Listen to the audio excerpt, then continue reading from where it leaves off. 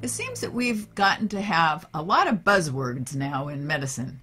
It seems like medicine has become more about economics. We're calling our doctors and our nurses providers, our patients or consumers or customers.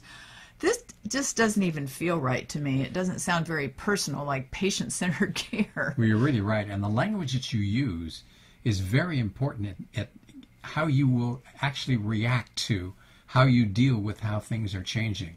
So if you're thinking of patients as customers and you're thinking of hospitals as factories, that's a bad start, because it means you've accepted that, and that's going to be how things are. And the other thing that's been happening is that the health insurance agents are the ones that are in charge of making all these guidelines, and it's not very personal. And I'm thinking maybe these health insurance agents need to go to medical school. I mean, they're trying to tell the doctors how to do their practice. I don't think that's what the insurance companies would have in mind for their workers. I think what they have in mind is that they're running a business and that it needs to be profitable, and if it's not, it dissolves. So it's about continuing to make sure that you can thrive because you've got something that's economically feasible to continue. It's about that. It's not so much about service, although if you don't give any service at all, people are going to be outraged and they're not going to participate in it. I think this is a lot of what's happened with healthcare reform. It's not about making people feel better and feel taken care of. It's about making money. Right. And so that's what's happened with HMO medicine. So when we so unwittingly back in the late 1980s and early 1990s were convinced that we could sell our practices to the hospitals or sell them to HMOs, and we get a nice upfront check of $300,000 to $500,000, which was a lot of money in those days. And then we would stay in charge of our practices for the next 5 years, but then be owned by either the hospital or the HMO. That's what happened. And of course, now we've lost control. And doctors are in a position where they're not really making those clinical decisions based on judgment. They're not giving it that heart-wrenching kind of get into what's happening here as they used to.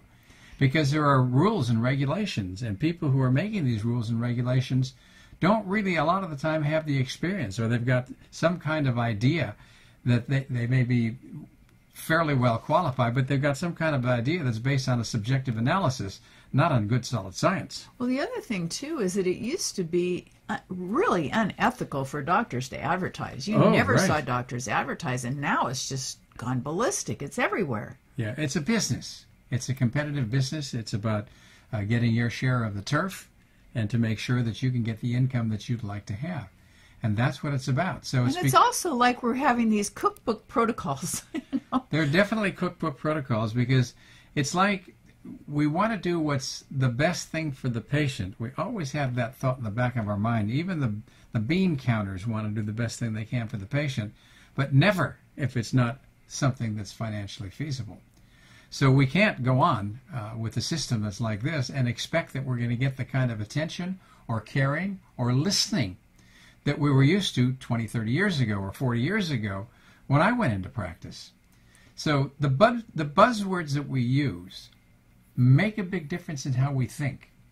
And I think it's time we go back and look at our vocabulary and look at some of the things that regulate us and get us to think in the ways that we do, and see what we can do to become more devoted to our patients. More caring and more humanistic, you know. It's not about the gallbladder in room 295 or the heart attack in room 300. It's about Mr. Jones.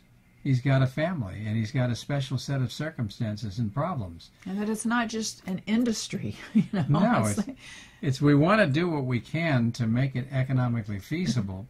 But when you look at the whole healthcare system that we have, it is not sustainable. You cannot have a healthcare system that isn't healthcare at all. It's about disease care. You can't do that and have it be economically feasible. Even though the services that we get from technology and from big pharma is absolutely stunning and staggering. It's so impressive in some cases. But it's just not financially possible. So we've got to go back to wellness and prevention and nutrition and lifestyle, all those things that we know are important, so that we can take care and be responsible for our health. Be careful of the language we use, and when you recognize that we're using certain buzzwords, it's time to be starting to reevaluate the words we're using, take a look at the system, and think about what can we do to bring health care back to the people so that we're caring for people rather than people.